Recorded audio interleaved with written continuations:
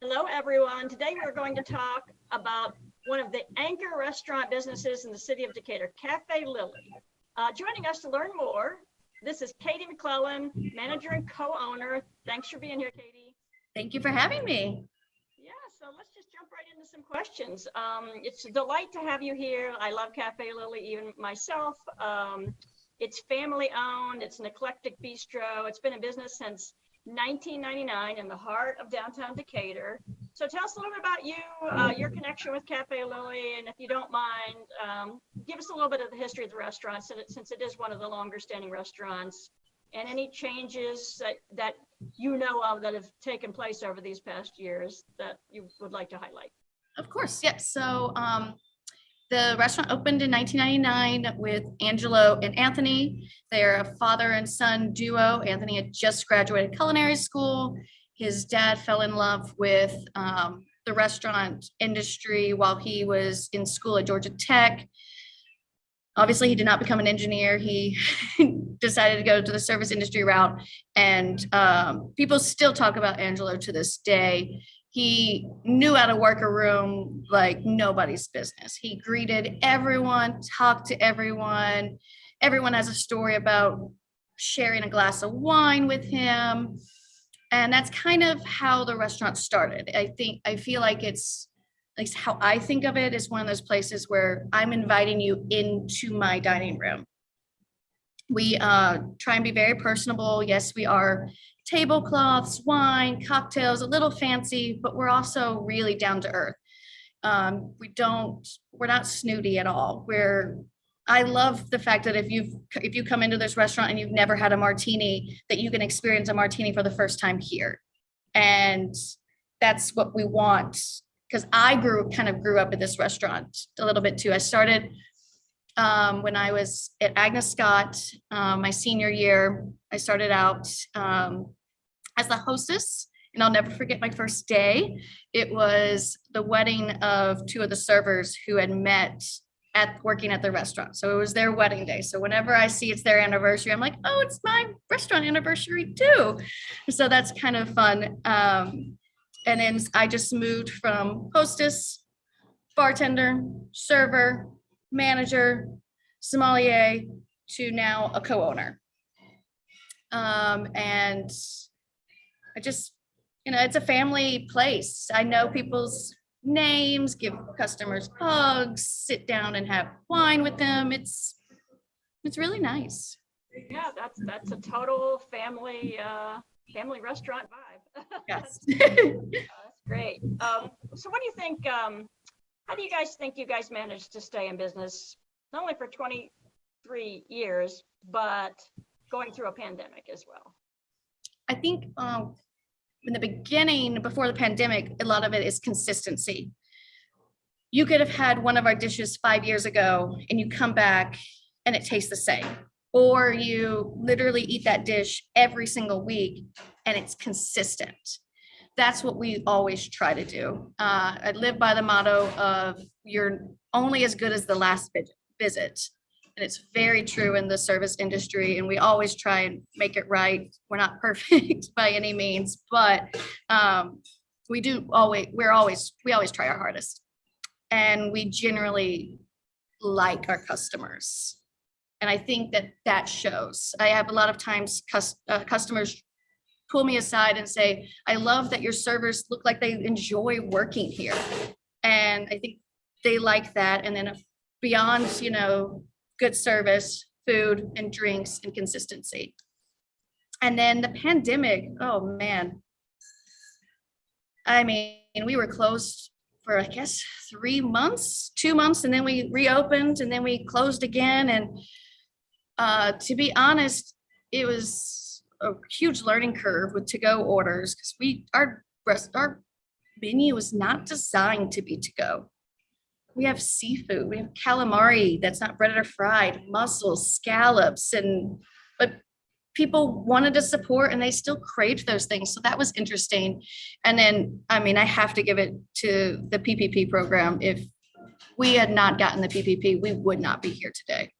I think a lot of restaurants can say that because I've never seen money go out of an account faster than in my life. It was a scary, scary situation to watch how much money we were losing on every single week. But so, I mean, I think we did a lot of things right, but again, if it wasn't for the PPP, we wouldn't be here. We would not be talking.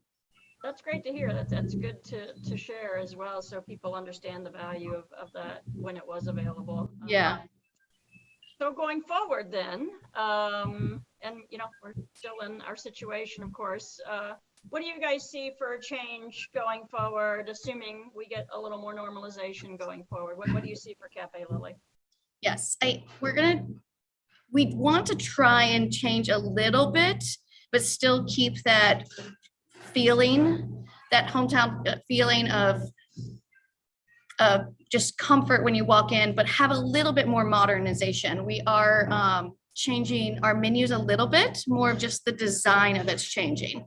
We're getting very creative with cocktails and making our own shrubs, syrups, bitters, they're adventurous, fun cocktails, and I love tasting them. Having fun with wine, getting a lot of female winemakers, vegan wines, organic wines, wines from all over the world, not just like Europe or just having fun with wine and getting people to have fun with us. I mean, I know people want to also have their Chardonnay that they love. But then every now and then it's nice to venture out. And I do have those customers that do. They want to try a different wine every time they come in or match that wine with their food. But then again, there's the ones that they must have that Chardonnay. So trying to fit that in. And so we're trying to do a little bit of changes, but still keep everything the same and always improving on customer service. And because I now have a lot of new staff. And they're green, but they're loving learning everything and enjoying serving. So it's been fun to teach them how to open a bottle of wine.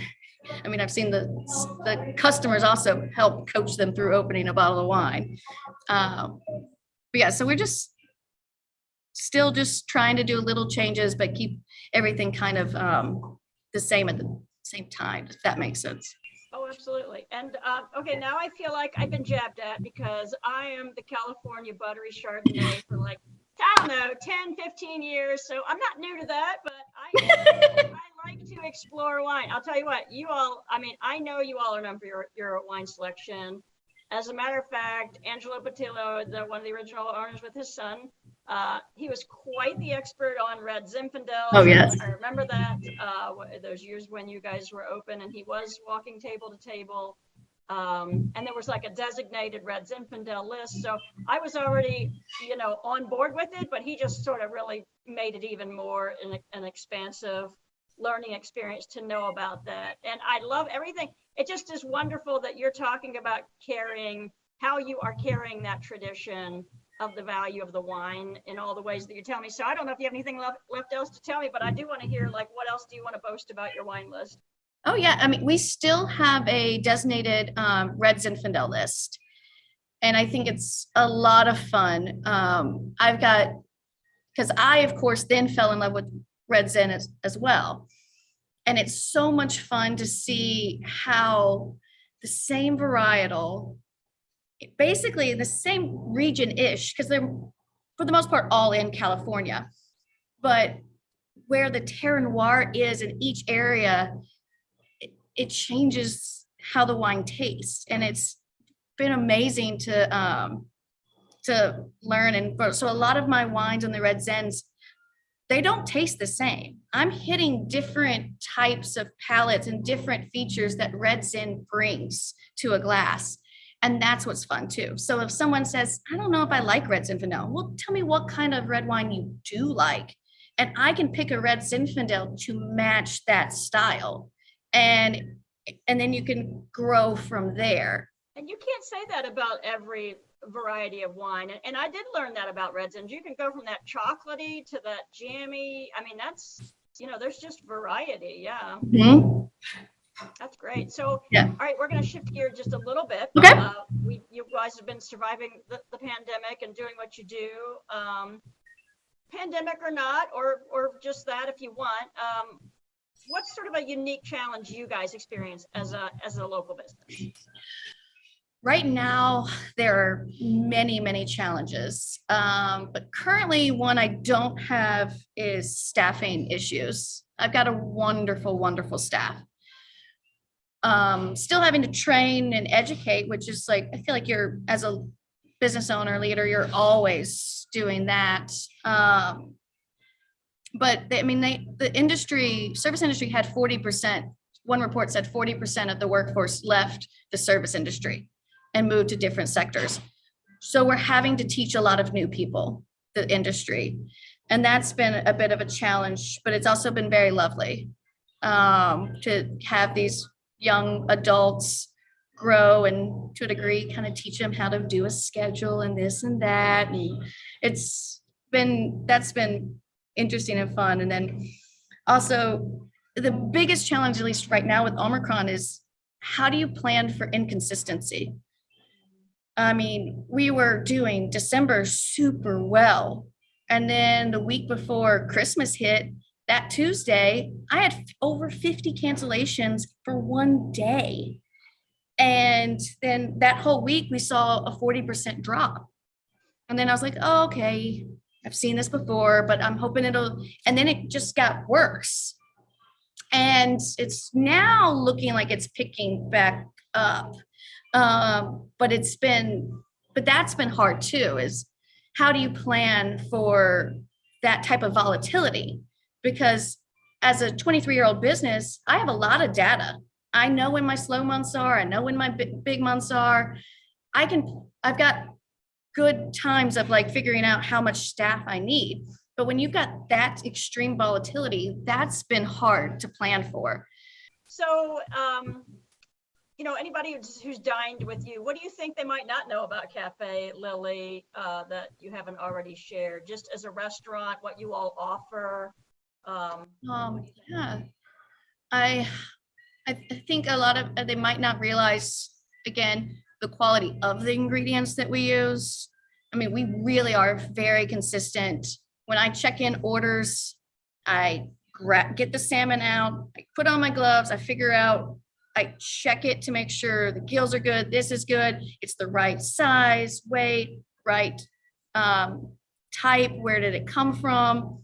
All of these things. Same with the shrimp. I'm making sure it came from exactly where we want it to come from, because suppliers, they'll just sometimes send you whatever they want to send you.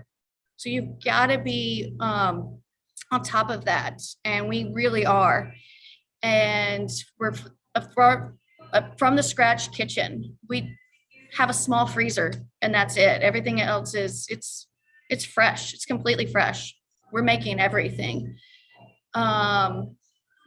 We have great cocktails, wine, and we are a family restaurant and we want people to feel a part of our family when they walk in. I want this to be the place where you go after you've had a bad day at work or a good day at work. When your mom and dad are in town, like you want to show them your place and get them to experience it. Or when your kids are in town, all of that. Like I want to be a place where memories are made and you can relax and know you're going to have a good meal and have a good time.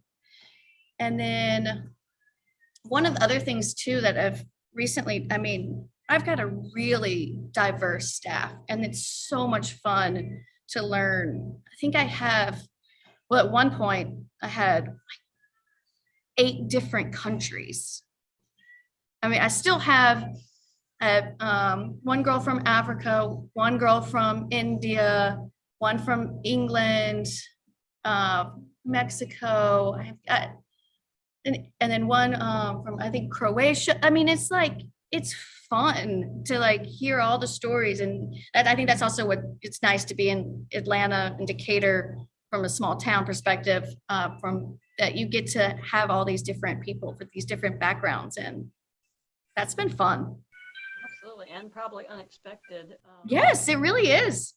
Well, as you said earlier, I mean, there are the obvious draws to the restaurant. It's the quality of food, the consistency of quality, the way you're greeted, the way you're treated, the ambiance is full on aesthetic, and you guys obviously do it well because you've been doing it for 23 years. So, and I've had plenty of great memories and dinners there myself, from friends to family, brunches to lunches and dinners, and it's wonderful. So thank you, Katie. Thanks for joining us. Thanks for sharing some more. Yes. Wish you guys at Cafe Lily continued success in Decatur. Thank you so much. This was fun. First one. I loved it.